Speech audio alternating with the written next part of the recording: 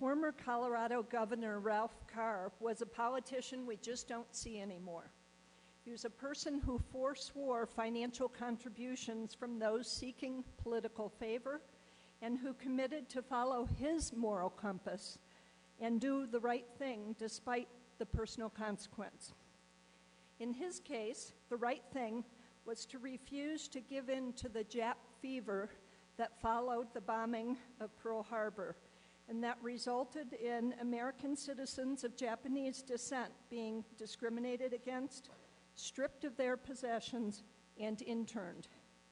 He was a lone voice standing up against this injustice, and he lost re-election as a result. Today, our own past president, Jim Wilkins, will speak to us about this. Jim got to know author and investigative reporter Adam Schrager in 2008, soon after he published The Principal Politician, the story of Ralph Carr. I recommend any of you read this. You can get it on Amazon for just a couple bucks. He became interested in telling Carr's story through the medium of first-person portrayal.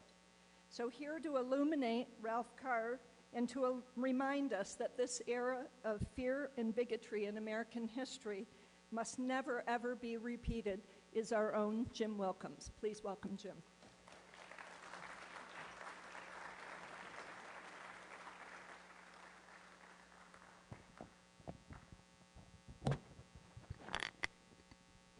Good afternoon, my fellow Coloradans.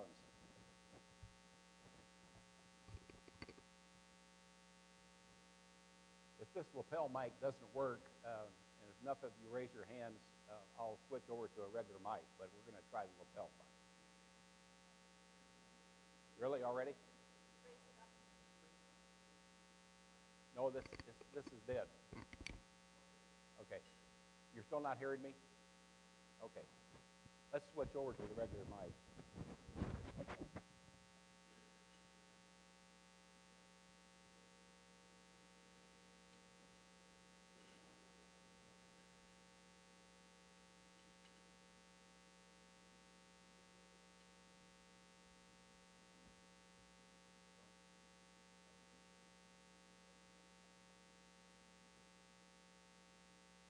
Thanks, Lauren.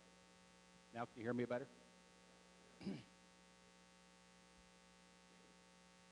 It was February 19th, 1942, in San Diego, California, just 6 months, or just 2 months after Pearl Harbor.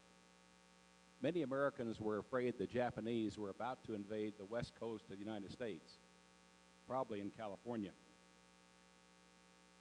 There was a knock at the front door. A U.S. Army officer informed the owner of the house, a U.S. citizen of Japanese descent, that he and his family would be interned for the balance of the war in another state. They were to leave their home and their business and report to the train station within 24 hours. They were just to take what they could carry. I'm getting ahead of my story, so let me go back to the beginning. I'm Ralph Carr. I was born in Rosita, Colorado in 1887 to Frank and Mattie Carr. I was your Colorado governor from 1939 to 1943, 2 terms. I was a lot of other people too. If you lived in Cripple Creek, I was your paper boy at age 6, delivering newspapers for 25 cents a month, most of which went to my supplement my father's low income in the mines. At age 9, while delivering newspapers, I witnessed my first barroom shooting. I decided that delivering newspapers was hazardous and that I should change professions. In 1905, well, I went on to breaking rocks at that point, and no, I wasn't working in a prison. I had a job at an assay office. In 1905, I was graduated from Cripple Creek High School. From there, I went on to the University of Colorado in Boulder, where I worked my way through as a newspaper reporter. Now, this was more satisfying than delivering newspapers, but it wasn't quite what I had in mind, so I entered another hazardous existence. I entered law school. After 6 years in Boulder, I earned 2 degrees. But far and away, the icing on the cake was meeting and marrying Gretchen Fowler. This was the start of a wonderful marriage. My strong roots to southern Colorado kept pulling me back. And Gretchen and I moved to Antonito, Colorado, population 430, where I set up my law practice. I handled everything from horse thieves to cattle rustlers and water disputes. Sometimes I was paid with a pig or a steer, and sometimes not at all. I spoke Spanish pretty well for a gringo, and my income was supplemented by editing several local newspapers in the area. My personal life was at its best. Gretchen and I adopted 2 children, Robert and Cynthia, since we couldn't have children of our own. My experience in southern Colorado in water issues led to my appointment as the Assistant Attorney General here in Colorado, focusing on water issues. This necessitated a move to Denver, where my kids had better schools, and I had inside plumbing, which is pretty nice. 2 years later, in 1929, I was appointed by President Herbert Hoover as the U.S. Attorney for Colorado, the state's top law enforcement officer. At this time, Prohibition and the Depression were in full swing. And while I was originally focused on the flow of water in and out of Colorado, now I was focused on the flow of illegal whiskey coming into Colorado. I started convicting gangsters and bootleggers, among them the small Doan family here in Denver. Then tragedy struck. My wife, Gretchen, died of diabetes, which had gone untreated due to religious beliefs. I was left brokenhearted with 2 teenage children without their mother. I tried to handle my grief by doubling up on my work schedule. You know, I've always said, the better the marriage, the harder the loss. And that was certainly true for me. I began developing a good law practice because of my background in water law, and I finally felt like I was getting my feet on the ground, both personally and professionally. Well, the unbelievable happened at this time. I became governor of Colorado. Let me tell you the story.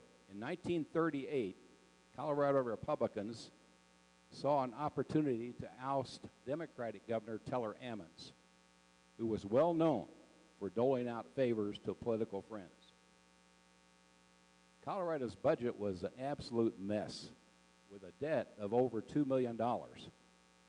He had just raised taxes again and formed 16 new commissions, boards, and bureaus instead of paying down the debt.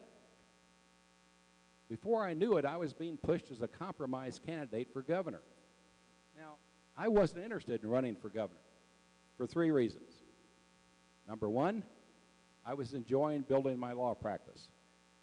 Number 2, I didn't have the finances to run for governor. That takes a lot of money.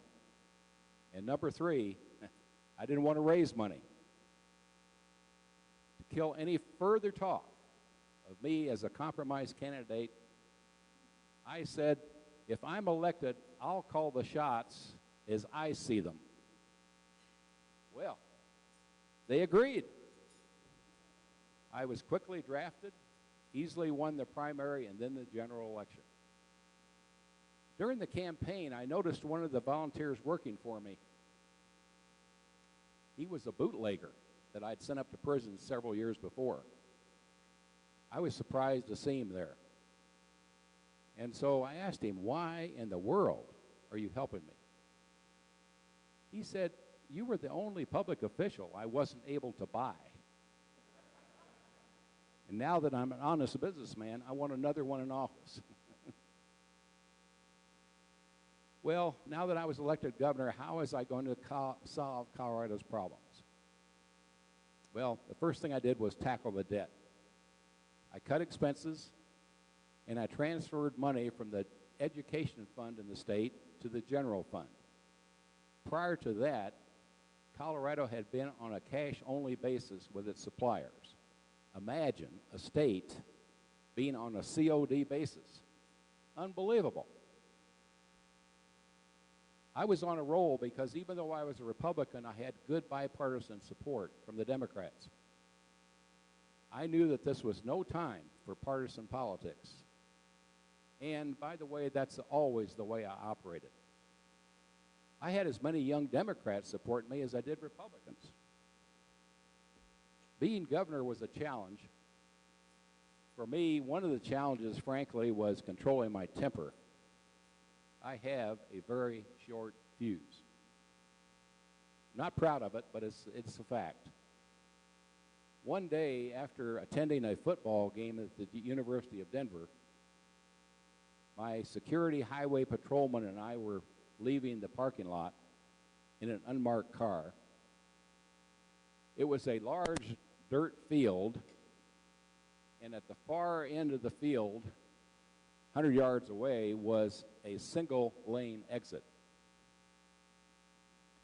All these dozens of lines of cars feeding into this single lane. We were moving at a snail's pace, and tempers were getting short. Finally, when it got to be our turn to get into that single lane, another car abruptly cut in front of us and cut us off. Now, in keeping with my reputation, I rolled down the window and I said, "You son of a bitch." Well, the driver of the other car was a large, hulking man, and upon being cursed by me, he jumped out of his car to confront me. I got out of the car, walked over to him, looked at him and said, "I called you by the right name, didn't I?" He looked down at me, realizing who I was, murmured, "Yes, you did, Governor." He got back in his car. I got back in my car, and I smiled and waved and went on our merry way. Believe me, there are some advantages to being governor. My term as governor was going pretty well. The Depression had lost some of its grip. The dust storms in eastern Colorado had lessened. And politics were just politics. Then came a day that will live in infamy for every American. December 7th, 1941. The Japanese staged a sneak attack on Pearl Harbor. Our whole nation was in shock. I remember exactly where I was at the time I heard the news. I was sound asleep, and my security highway patrolman woke me up and told me the terrible news. Frankly, we Americans were frightened, but all determined to protect our country. We thought there was a good chance of the Japanese invading the west coast of the United States, probably in California. There was a real sense of panic and hysteria in California and the U.S. Capitol.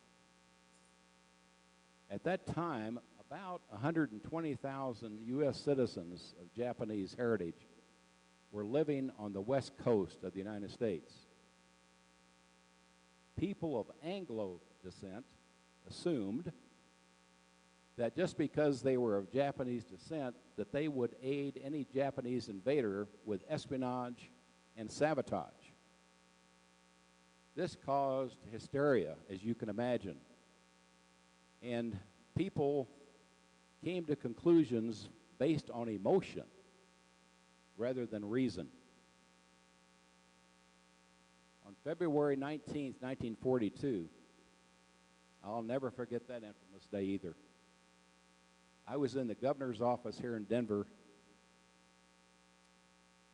and I received a telegram from Franklin D. Roosevelt, President of the United States, announcing Executive Order 9066. Here, I got a copy. I'll just read it to you.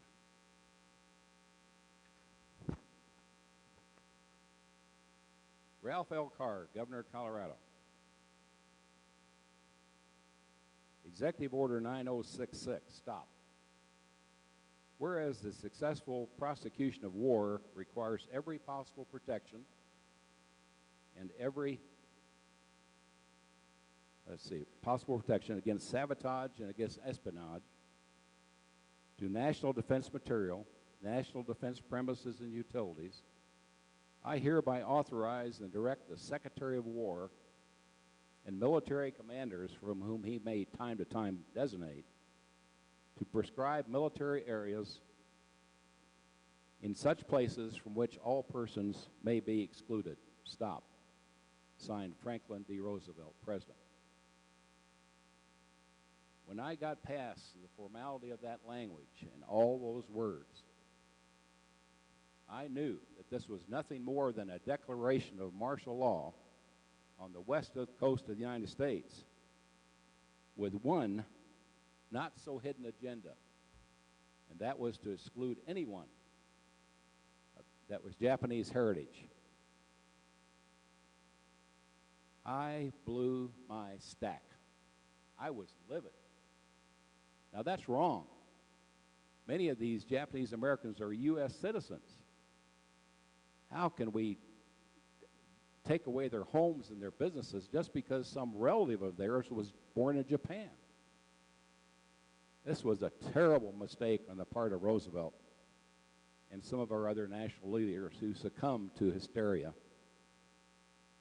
For me, the Bill of Rights and the Constitution were the most important thing next to the Bible itself. Oh, I had no trouble at all with Japanese Americans who weren't U.S. citizens being put into internment camps, but U.S. citizens? Unbelievable. Well, soon after that, I said in a public radio address here in Denver that I welcomed these U.S. citizens of Japanese descent to Colorado. I thought people in Colorado would be glad to do their share. Some state had to take them. Well, I was wrong. I was dead wrong. It hit the fan, so to speak, here in Colorado. I started getting phone calls and letters and editorials from all over the state of Colorado berating me.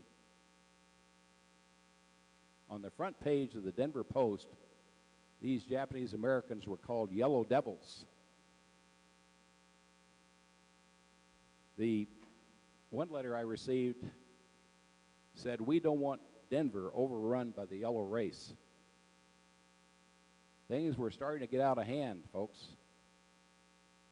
A homemaker from Boulder wrote and pleaded with me, "May the God of heaven speak to your soul," she said.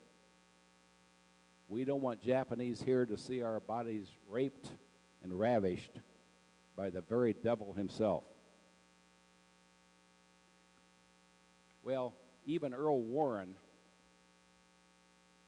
who later became the greatest civil rights advocate in the history of the Supreme Court, even he was terrified. At the time, he was the Attorney General for the state of California. And he said, American-born Japanese are a menace. You can't tell the loyal Japs from the dangerous ones. One farmer wrote in and just said, "I've got the solution, just kill them all." And the governors from adjoining states strongly objected to my invitation to these U.S. citizens. Payne Ratner from the state of Kansas said, "If any of these Japanese from the West Coast try to enter Kansas, I'll meet them at the border with the National Guard to keep them from coming here." Nell Smith up in Wyoming, he was a case. He worried that these Japanese from the West Coast would overrun Wyoming. He said, "Wyoming residents have a strong dislike of all Orientals." If any tried to enter Wyoming, you would find them hanging from every pine tree. These were our leaders. They were going absolutely nuts. It seemed like everyone was against me. The Denver Post,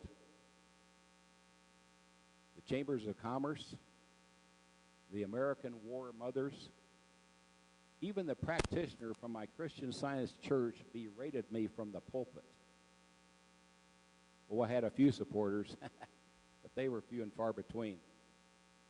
Among them were the League of Women Voters, Central Presbyterian Church here in Denver, and the Central Committee of the Republican Party of Adams County. The mail kept pouring in, and the phone never stopped ringing. Bad news kept coming in from the front about Japanese troops slaughtering American boys. We weren't winning the war by a long shot at that point. I was called every name you've ever heard, and some that maybe you haven't. But I refused to back down. I said, if you try to harm these U.S. citizens of Japanese descent, you must first harm me. And I meant it. Well, I made it easy for the public to communicate with me. My home phone was listed in the phone book. You know, people with influence, money, status can have a way of getting their opinion known to you. But the poor man has fewer options. Well, no matter their status, they all let me have it. And boy, did they let me have it.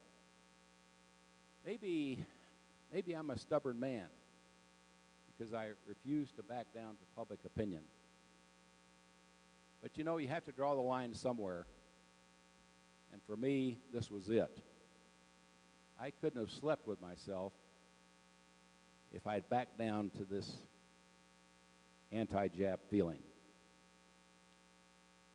An elected official shouldn't stick his or her finger in the wind to see which way public opinion is blowing. Oh, I constantly sought the opinion of others, but I believe that my job as governor was to direct public opinion rather than follow it. By following public opinion rather than principles, we have in effect neutered the very individuals that were supposed to be our leaders and turned them into followers. A poll had just been conducted by the University of Denver that showed that men and women, young and old, rich and poor, educated and uneducated, by a 2-to-1 margin, looked more unfavorably upon the Japanese than they did the Germans or Italians. You could easily identify the U.S. citizens of Japanese descent visually. And people just didn't differentiate between whether they were citizens or not. And of course, the U.S. citizens of German or Italian descent were not easily identified. Well, as it turned out, Colorado and the other states had no choice regarding the internment camps or where they would be placed. The federal government decided where these camps would be placed. Imagine the audacity, and I repeat it, audacity of the federal government to not even consult with the governor or local officials. Unbelievable. I was livid. These arrogant federal officials had no regard for state leaders. Camp Amachi was placed in southeast Colorado between Granada and Holly in a very isolated rural area. You might ask why I bent over backwards for these U.S. citizens of Japanese descent. There was no obvious reason. I had no friends or colleagues that were Japanese. I had no history either professionally or personally, with members of that community. But I did have a history with two U.S. presidents, Teddy Roosevelt and Abraham Lincoln, who believed, as I believe, that there's no room in this country for a hyphenated American. Let's not have Irish Americans, Spanish Americans, Mexican Americans, Japanese Americans, just Americans who identify with common values in each other. A citizen shouldn't be judged by where his ancestors were born. Over and over, I made the point when it was suggested that U.S. citizens be thrown into internment camps without any trial or evidence of wrongdoing. What's to say 6 months from now the rest of us won't follow them into that same internment camp with no trial and no evidence of wrongdoing?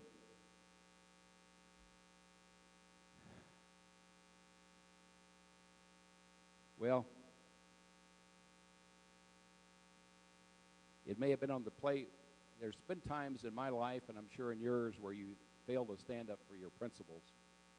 It may have been on the playground as a child.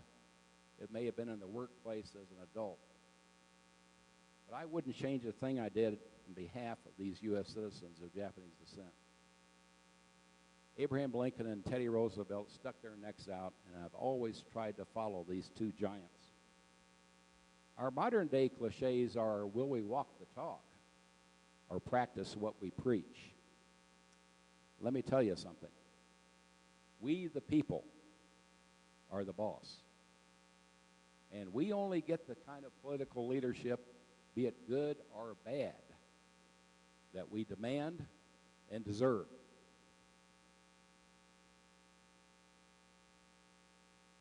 I suppose sometime in the future I might be looked upon more favorably. But for those of you who have been to enough funerals and memorial services, the deceased are generally described in glowing terms. Sometimes you wonder if the person they're talking about is the same person that you knew. Well, I know history hasn't proven kindly to those who stand up for their principles and buck public opinion. They lose elections. That's absolutely correct. And that's what happened to me. In the fall of 1942, I ran for the U.S. Senate against incumbent Democratic Senator Ed Johnson and lost by 1/2 of 1% of the popular vote due to my stand on behalf of these U.S. citizens of Japanese descent.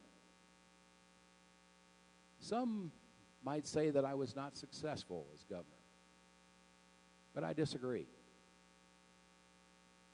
I could sleep well at night knowing that it was better to be right than it was to be senator or governor. I warned them when I took office that I would call the shots as I saw them. Some people doubted my integrity at the time, and frankly, that hurt. Shortly before leaving the governor's office, I brought one of the internees out of Camp Amachi into my home. I paid for her to take college classes, and she became the first nanny for my first grandchild. Well, as it all turned out, after all the blind hatred, rage, and prejudice, in spite of all that, by the end of the war, there would be no examples of espionage or sabotage on behalf of these U.S. citizens of Japanese descent. Not one. Zero. And I didn't know at the time that the 442nd Infantry Regiment of the U.S. Army fighting in Italy would become the most decorated military unit in U.S. history. That one regiment had 21 Medal of Honor winners and 92% casualties. Their country had shamed them, but they had made us proud. On December 17th, 1944, Roosevelt's Executive Order 9066 was repealed. Thank goodness. And the internees were allowed to leave Camp Amache and these other internment camps. But most of them had no homes or businesses to go to. They were given $25 and a train ticket to start a new life. At that time, we were winning the war, but what had we lost? Well, I thank you for listening to my story. I've always said that a speaker shouldn't talk past the bladder capacity of his audience. So I'll be glad to answer any questions if we have time for Governor Carr. Thank you.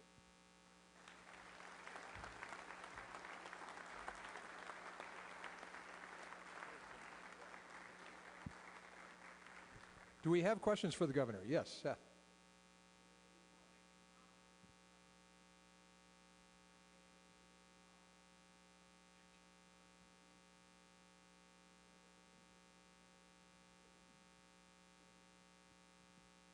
My family lived in Holly when I was born, but there was no awareness of Camp Amache at the time. Obviously, people are learning about Ralph Carr, Camp Amache, and other internment camps.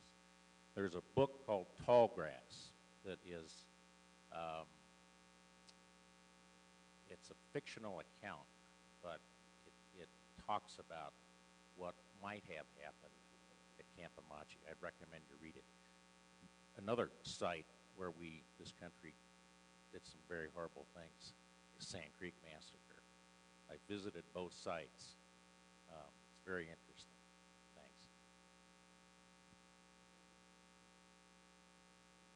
We have another question right in the back here. I was teaching in Hawaii, and one of my colleagues is the one who took the lead in order to challenge all that had happened during that time. I assisted him by looking into the international law aspects, and you know the rest of the story. The U.S. Congress did relent, the country did relent, and Jim, I want to thank you for presenting it in a wonderful way. Thank you very much.